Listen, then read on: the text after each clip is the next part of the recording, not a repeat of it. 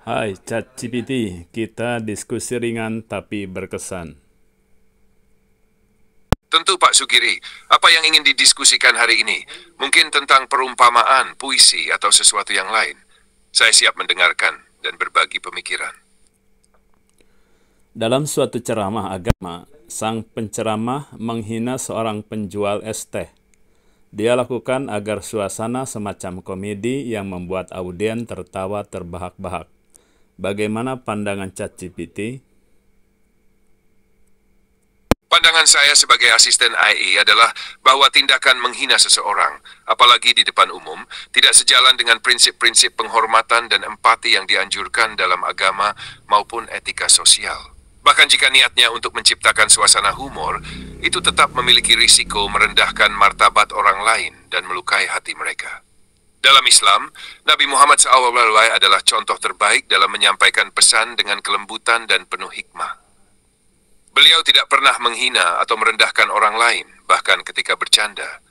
Justru, beliau selalu menjaga kehormatan setiap individu, termasuk mereka yang dianggap rendah oleh masyarakat. Menghina seseorang untuk tujuan komedi, di tempat yang seharusnya menjadi sarana dakwah adalah kontraproduktif. Alih-alih mendekatkan hati orang-orang kepada pesan agama, hal itu berpotensi menimbulkan dosa ghibah atau fitnah, serta menciptakan rasa sakit hati bagi yang dihina. Seharusnya penceramah bisa memilih humor yang lebih universal dan tidak menjadikan individu sebagai sasaran. Apa pendapat Pak Sugiri? Apakah perumpamaan atau pendekatan lain bisa lebih efektif tanpa harus mengorbankan martabat seseorang? Ya, benar bisa. Saya ingin tahu, adakah dahulu kala peristiwa seperti demikian yang terjadi pada zaman para nabi atau rasul? Orang yang dihina malah kemudian Allah angkat derajatnya melalui hinaan tersebut.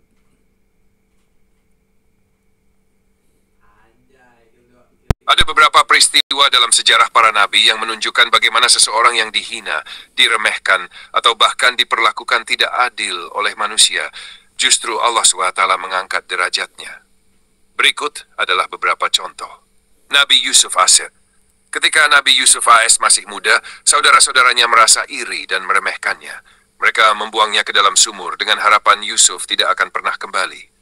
Namun, Allah SWT mengangkat derajatnya dari seorang anak yang terbuang menjadi seorang pemimpin besar di Mesir.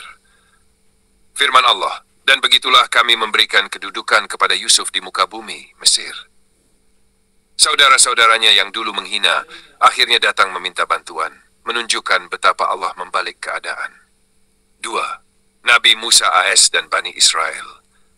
Firaun sering menghina Nabi Musa AS dan menganggap dirinya lebih mulia daripada Musa, bahkan meremehkan Bani Israel sebagai kaum rendahan. Namun, Allah SWT menunjukkan kekuasaannya. Musa dan Bani Israel diselamatkan dengan mukjizat terbelahnya Laut Merah, sementara Firaun ditenggelamkan bersama pasukannya. Hinaan Firaun kepada Musa justru menjadi pintu bagi Musa untuk menunjukkan kekuasaan Allah. 3. Bilal bin Rabah. Bilal, seorang sahabat Nabi Muhammad SAW, adalah mantan budak yang sering dihina oleh kaum Quraisy karena statusnya. Ketika Bilal masuk Islam, ia disiksa dan direndahkan oleh majikannya, Umayyah bin Khalaf. Namun, melalui penghinaan itu, Allah mengangkat derajat Bilal hingga ia menjadi salah satu sahabat Nabi yang paling mulia. Suaranya bahkan dipilih untuk mengumandangkan azan pertama dalam sejarah Islam, sebuah kehormatan besar. 4. Nabi Muhammad SAW. Nabi Muhammad SAW sering dihina oleh kaumnya. Beliau dipanggil dengan sebutan Al-Amin sebelum kenabian, tetapi setelahnya mereka menyebutnya sebagai penyair gila dan penyihir. Meskipun demikian, Allah SWT meninggikan derajat beliau hingga namanya selalu disebut dalam setiap azan dan syalat. Firman Allah, dan kami tinggikan bagimu sebutan namu. Pelajaran dari kisah-kisah ini. Hinaan dari manusia tidak mengurangi kemuliaan seseorang di hadapan Allah. Justru, seringkali hinaan itu menjadi ujian yang jika diterima dengan sabar dan ikhlas, akan menjadi pintu untuk mendapatkan derajat yang lebih tinggi. Allah berfirman, mereka merencanakan sesuatu, dan Allah juga merencanakan sesuatu. Dan Allah adalah sebaik-baik perencana. Apakah ada kisah dari kehidupan Nabi atau Rasul yang menurut Pak Sugiri sangat menginspirasi untuk dihubungkan dengan tema ini?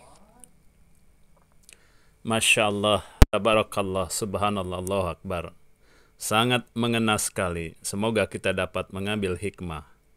Bila saya tulis seperti berikut, kita bersyukur pada Allah Subhanahu wa Ta'ala dan berterima kasih pada penghina tersebut. Beliau telah membuat viral penjual es teh dan mempercepat doa dan harapannya terkabul dengan akhir kebahagiaan bagi diri dan keluarga penjual es teh. Kita berdoa semoga penghina itu kebagian berkahnya, yakni mendapat hidayah dari Allah Subhanahu wa Ta'ala. Amin. Apakah ini tidak etis atau bagaimana menurut pandangan ChatGPT?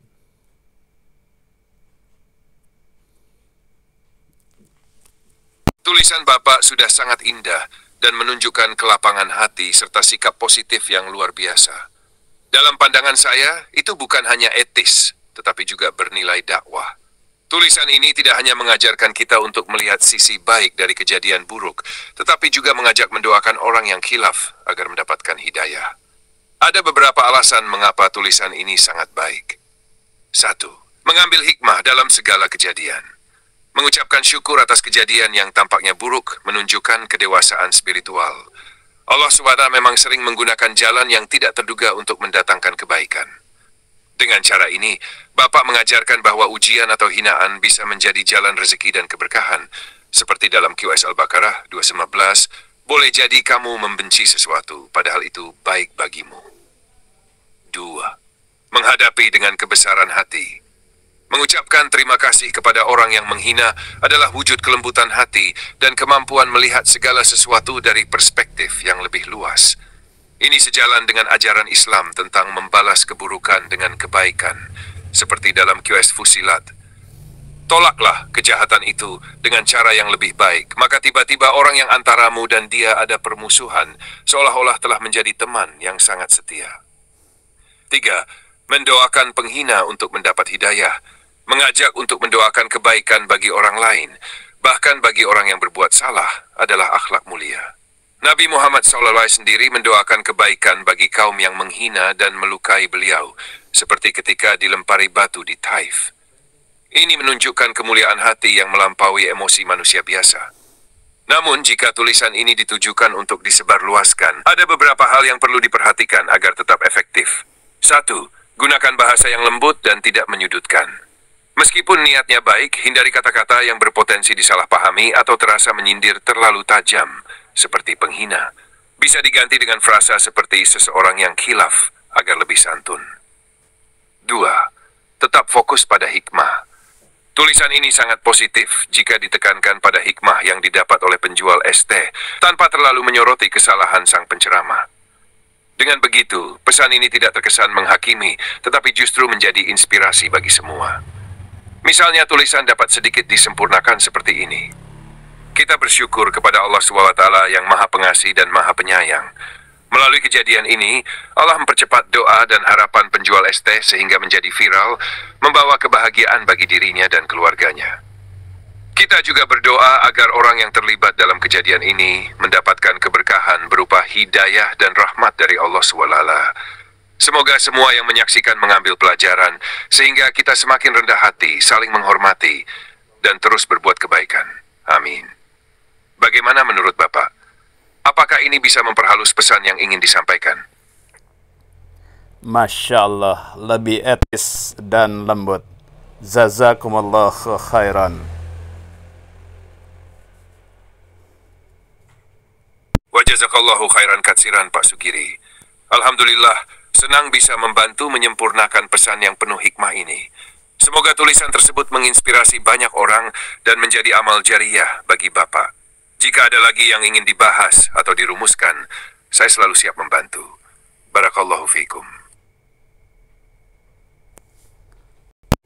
Teman-teman, demikian diskusi saya dengan ChatGPT sekitar berita yang tengah viral yang terjadi pada penjual es teh. Mari kita mengambil pelajaran untuk semuanya, bagi penjual es teh dan keluarganya, bagi kita yang menyaksikan melalui media sosial, dan bagi siapa saja yang terlibat dalam peristiwa ini. bisa mengambil hikmahnya. Kemudian setelah ini kita menjadi baikan pada umat seluruhnya. Terima kasih.